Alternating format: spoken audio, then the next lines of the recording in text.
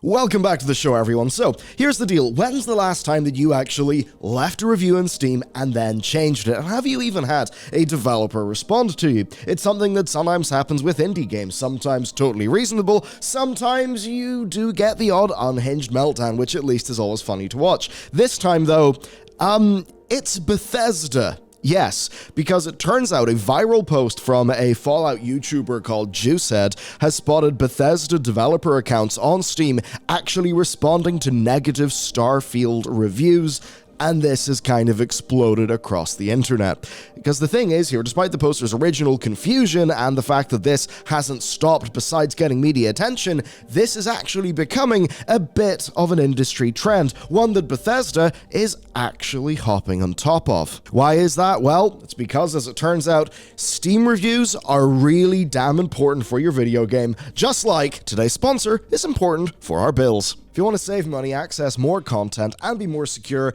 then nordvpn.com/Bellular News is the place to go. If you go to my link, you will get their exclusive Christmas deal where you'll get 4 months for free with a 2-year plan, and of course backed by their 30-day money-back guarantee. Now, Nord lets you browse the web from anywhere, and that lets you do a lot of things. For me this time, it was traveling. I've been traveling quite a lot, did BlizzCon recently. Obviously, ticket prices for things like cars, hotels, etc. are based on regional demand and a bunch of other factors, even airline home country, national wealth. But if you clear your cookies and then use Nord to shop around as if you're in a different place, you can benefit from those regional price differences and easily save the cost of Nord in like 1 or 2 spell swoops.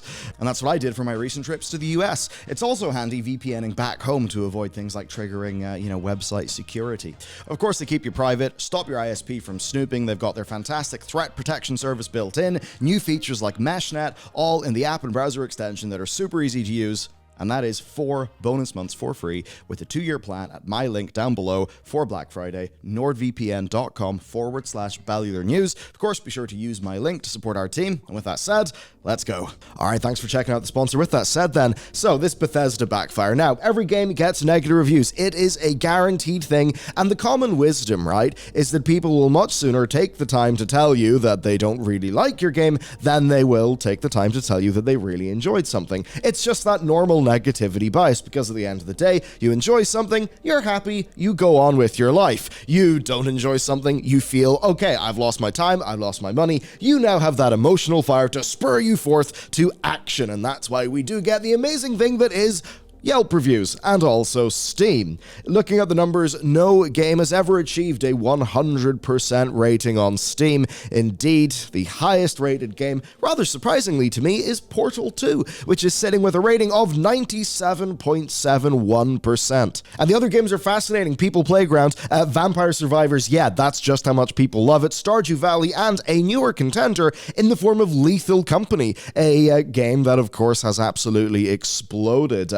It's awesome. So, turns out there's a bit of a difference between Portal 2 and Starfield, though. It is a 32% difference, where Starfield is now sitting at, 69, because, haha, it's the funny number. So, those reviews have been dwindling a little bit, and that means now that it's fallen below 70%, the Steam algorithm now classifies this game as mixed, because, it is mixed. And being mixed is not good. It probably means the game will more likely be recommended to the sorts of people who play that genre of game anyway. And also, look, for a prospective new buyer, what does mixed say? It says, wait for a bloody sale, or something major to happen. Now, for Bethesda, the main hope here is to wait until recent reviews turn positive, or perhaps even very positive, and that can only really be done via DLC that absolutely hits the mark, or some really good patches for the game. And while there have been good patches, it's not enough to fundamentally change the experience. We could talk about why Starfield is a game that I think people are, I don't want to say souring on, that seems too extreme,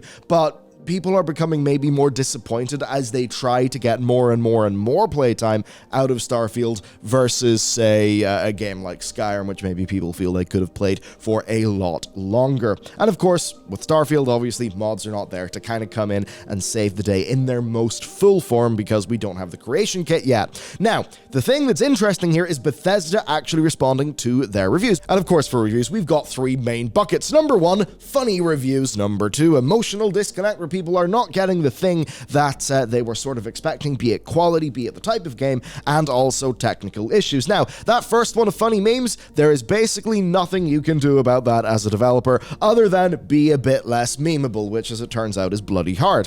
For the second one, fixing that emotional disconnect, that requires actually changing people's mind, which is extremely hard on the internet. And the third is maybe something the dev can do something about, those technical issues. Of course, what will happen is a bunch of reviews will be left based on a specific issue, that issue will be fixed, and then if you're the developer, it can be quite frustrating whenever maybe the review doesn't flip around. And that is basically where we're seeing Bethesda HQ management seemingly have a bit of an idea. So this was not something in response to Starfield's Steam review being a negative thing, or at least mixed now. This is actually something that Bethesda have been doing, and I think it's only really being noted by the internet. They've been doing this since the days of Fallout 76. And here is the thought. What if they took some of the most common issues and critiques from reviews and comments, they then wrote a script for their own staff to sort of work off, and then got those staff to respond to reviews on Steam in the hope that either it would solve the problem or perhaps maybe get somebody to flip their review from negative to positive. Will it help everybody? No. Could it cause some people to change their mind and be able to enjoy the game again? Perhaps. And could it flip a negative into a positive? Well, they would hope so. Thing is, this is all rather theoretical, and it's where I've got a rather hilarious example from our own game release, where we got a negative review. I believe it was because of some technical issues. We then went and we fixed the technical issue, and then we actually saw a Metacritic user review from the same username that said, oh yeah, I left a Steam negative review, but I'm leaving a positive Metacritic user review here because they fixed the problem, which of course is really cool. I'm happy that we fixed the problem, the person that had a good experience of the game, but ultimately when you are thinking about the Steam algorithm, you're like, what about the Steam review, though? Because that's the only one that matters. Actually, Steam reviews are sort of the only one that matters. Certainly our experience talking with our publisher, a fellow traveler, who we had a fantastic relationship with as a publisher, they basically said, look, the thing that matters is your Steam score and if this game is good. So for us, we ended up delaying versus some initial plans, and it was entirely supported by our publisher because we wanted to tighten some things up so we could get a better review score. That is how much these review scores actually matter.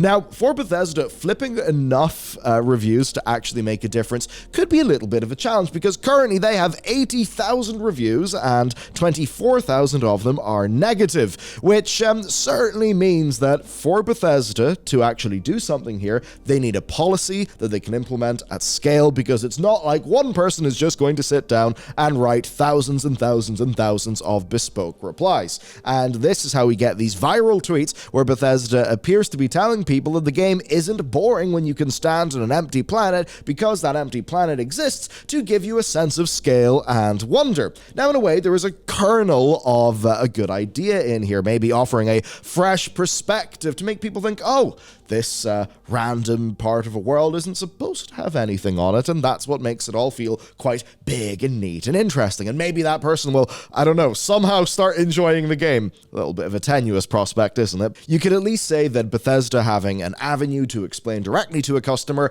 sorry, didn't enjoy this, but our intent with this decision was this, at least maybe the customer might know. But the problem is, immediately, it could be seen as being overly defensive, and the dev essentially saying, oh, you're kind of enjoying the game wrong, you're approaching the game wrong. And that gets even more tricky when the reply, of course, as evidenced by the vast scale of the quantity of reviews, when the reply is mostly a copy-pasted thing. So for Bethesda, essentially, it is a bit of a no-win situation, because you either have players who will somehow be convinced to change their feelings about core concepts and limitations in the game, or Bethesda to change the core concepts and limitations of the game. Yeah, both of those are actually pretty damn hard. Now, this model for community interaction, it does kind of work when you're explaining to people how to get through the opening hours of Fallout 76, maybe updating them and some changes that have been made as a result of patches, or advising some workarounds. But it doesn't work on emotions, and it certainly doesn't work on scale. As an example, that whole thing about the planets being boring, there's actually an amazing example, and I forget exactly who the YouTuber was, but they basically said, I felt quite burned by big scale games when I looked at Starfield, and then I saw the recent Star Citizen trailer, and their mind was kind of blown. And if you want the uber quick TLDR there, Star Citizen had a trailer that shows off, basically in one very long shot, the capabilities of their engine, because all of the things essentially that Starfield kind of wishes it could do, Star Citizen actually does. So in Star Citizen, the scale of those planets is very real. You can fly around to all different parts of a planet without any form of loading screen, because genuinely their technology is extremely impressive. Now, that's a case where in both games, our planets broadly quite, barren and devoid of stuff? Yes. In fact, in Star Citizen, the planets are even more barren because you don't have some sort of Bethesda, Radiant quests from Skyrim. You don't have that just kind of generically putting some filler there. That means that the places in Star Citizen, they do feel truly barren, but the reason why that ends up working is because the entire thing is so completely free for exploration without any form of loading screen or anything like that. The problem with Bethesda is they're trying to give you that massive sense of scale and wonder. However, that massive sense of scale and wonder, where, the things that are going on in a world are juxtaposed by the world being at some form of believable scale, that basically falls to pieces when you have that many goddamn loading screens to actually get anything done. Yeah, it turns out the minute-to-minute experience of playing a game is extremely important to how these design decisions actually work. So to go back to Bethesda's review flipping attempts, this is actually something that they have learned from independent developers, and that's because in the indie sphere, we know that Steam reviews are extremely important. Number one, you need over 10 verified reviews from purchasers who didn't receive a game for free and who purchased it on Steam. You need those before basically the Steam algorithm notices that you exist. And this is why, you see, if you're a Kickstarter game or a really small indie and, you maybe do a bunch of pre-orders or you give away a whole bunch of keys, well, actually, those people playing your game in day one may not matter, because even if they did pay for the game somewhere else and then redeem a key, this could mean, as an example, a Kickstarter game where you're given a Steam key, your review will be algorithmically irrelevant, because the only thing that Steam's algorithm cares about, of course, is the thing it can literally verify the authenticity of, which is somebody buying a game on Steam, playing it, and then doing their review. Now, when scaled down to the level of a single developer, it is, in a way, more important to be responsive to individual reviews and to try to actually aid people, because if you've got 100 reviews in total, one bad review is kind of a big deal, and you could actually benefit from changing that. As an example, let's just say your game has a few common issues, and one of the helpful reviews basically says, hey, this common issue is a pretty big issue, I have to leave a negative review for right now. That's something that even happened to us. It's because we basically made some last-minute bug fixes which had an unexpected impact on other game systems after QA had happened, which then meant that, yes, for a few days we had a few issues of our controls and UI being busted, which absolutely sucked. And yeah, for a little bit, the most helpful review was one saying, hold off, negative review, don't buy it right now. Of course, we did rapidly fix that, and the thing there is, did that review change? I don't believe it changed. However, it was no longer soon the most helpful review, because those technical issues had been resolved, and in one of those cases, I did actually leave a response saying, hey, thanks, we're looking into it, and this is what's up. And this is where I'm going to hop over to an awesome video game called Gloomwood. If you enjoy immersive sims, it's one I would totally recommend that you check out. Came out last year, of course, in early access, the 6th of September, and basically, it's an amazing immersive sim. Looking at it, though, take a look at those graphics. So if you're enjoying some of that older era video games and immersive sims, Gloomwood is totally one that you should check out. And you can see in terms of its reviews, very positive overall, 94%, and 98% of recent reviews being overwhelmingly positive. This is, by the way, an absolute achievement for this dev, and they've recently been talking about how actually they do this.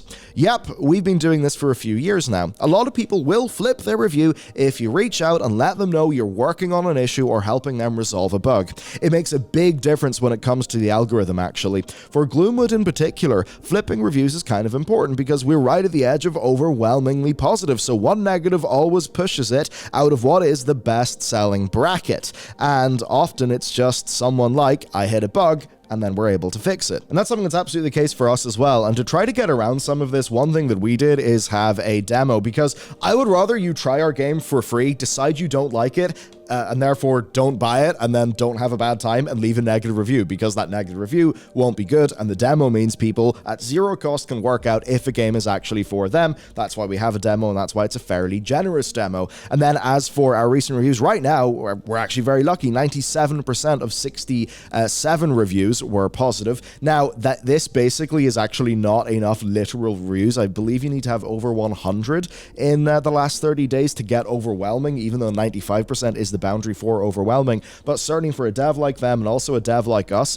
one thing that will really matter for our performance when it comes to sales, trying to activate some of our wish lists, it is actually those recent reviews. And that's why, as an example, as we've seen the massive victory story of No Man's Sky, yes, it took a while for it to overcome a lot of bad stuff with its overall reviews because the launch was so disastrous, but they were able to get loads of gains within recent reviews, where No Man's Sky is currently mostly positive 77%, but recent reviews are 96%, which is absolutely incredible. And of course, the other side to this too is being active in your own Steam community hub, because you can get so much amazing work done with your community there. Truly is awesome. It's one of those cases, you may just think, oh, devs say that because they want the community to think that they listen. No, for us, like, what it actually meant is we could see some things, immediately fix them, and it was because the Steam community was that good, and a few folks in Discord, that stuff was able to be so good. That is why Steam is so damn important, and developers really need to use it as a resource. And now it's why we see these AAA companies actually deciding, hang on, maybe we should engage in Steam a little bit more, which of course can lead to interesting community issues, as say the Creative Assembly has recently found out. We saw another great example from the El Paso Somewhere devs. Now, El Paso Somewhere came out recently. Imagine you get a bunch of Max Payne, and then you change up the aesthetic, you give it some, you give it some spooky elements, and it's a pretty damn awesome game. So Xavier Nelson was talking next. It's actually one of the few mechanisms we have for pushing back against toxic/inaccurate narratives cropping up around a title nowadays, which is why it works. Prospective buyers also see both the review and the response, which can impact the purchasing decision. Is it weird? Absolutely. Will it continue to be used and used more as Steam ratings play more of a role as the visible marker of a game's reputation? Absolutely. And that is the thing that is key to me. At the end of the day, see, when a new movie comes out, do you go to Rotten Tomatoes or do you go to Metacritic?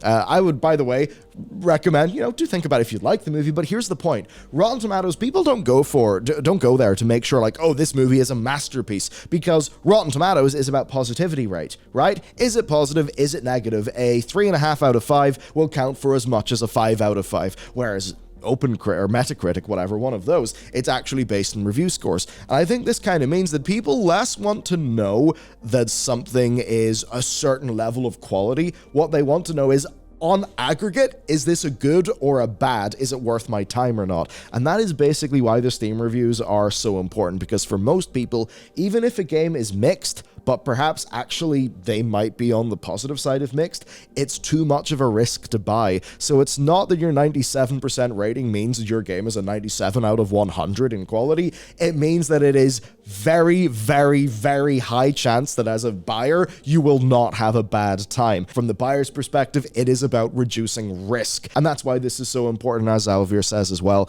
the way that if a viewer clicks on a review and they actually see the developer's response, that is a way for you to, as a developer, show that you're humble and you listen, which is really important. And as it goes to Bethesda, the actual answer to what we've been talking about today really comes from New Blood's Dave Oshry, that when indie devs do it, it kind of matters, because as an indie dev, we can really, we can tailor our response to our customer, right? And be really clear. The problem with Bethesda is, well, these are replies that come off as tone deaf copy pasta, and that is exactly the case. Dave's response, though, is to go through all the reviews and reply with them random thoughts off the top of his head to see what works. One of the best ones is somebody called the game Shortwood, to which the official dev response of the review is, "That's what she said." So, well done, Dave. Don't know, maybe we'll try that for our game. I'll report back. Now, we've done this a few times as an example.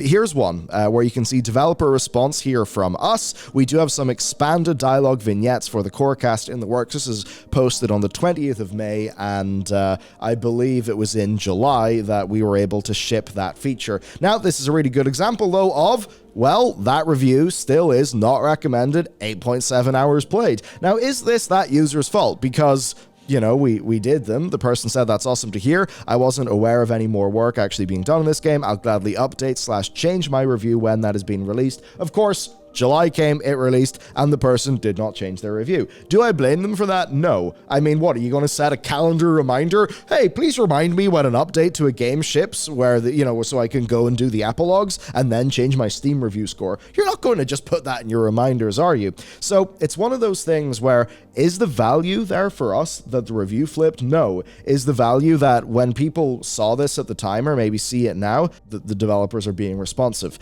That is the bit that is the value, and while we cannot quantify that in a Steam review score, I would like to think that for prospective buyers who are trying to do their due diligence and they're taking a look at reviews, they're taking a look at what the dev says, that actually perhaps reflects well on us, and I think that's why other indie devs do it. The problem, of course, is when the AAAs come in and they try to act like they are a smaller developer where you really do feel it's individual people with a lot of skin in the game who perhaps even worked on that specific title or feature responding. Well, when they do it at scale where there's basically some sort of, script, like, here's the company line and planets, here's the company line and that, go forth support staff and flood Steam. Yeah, probably not going to work. It's challenging, because when you've lost the cultural battle, how do you get back? By some form of cultural victory. And that means that whatever happens whenever they do their DLC, whenever they do stuff like that, it's going to need to actually change the game in a way that feels more meaningful to people. I don't know if they can ship an update that perhaps on PC and the newer consoles is able to kill those loading times, or something like that, but honestly, for Starfield, I think that's basically what they need to do. They need the DLC to not be like a little bit of bolt-on content. They basically need to Phantom Liberty this sort of thing. And you know what? If that's their plan, I absolutely support it. I would love for a Starfield that is better remembered than Starfield has been. That is it for today's video, though. Have you ever left a Steam review? Do you participate in that? Have you ever flipped a review based on a developer response? Do let me know, and I suppose if you're still playing Starfield, what has kept you in there for the long haul when evidently not everybody has had that experience with the game? That's it from me. Thank you for watching, and of course, I'll see you tomorrow.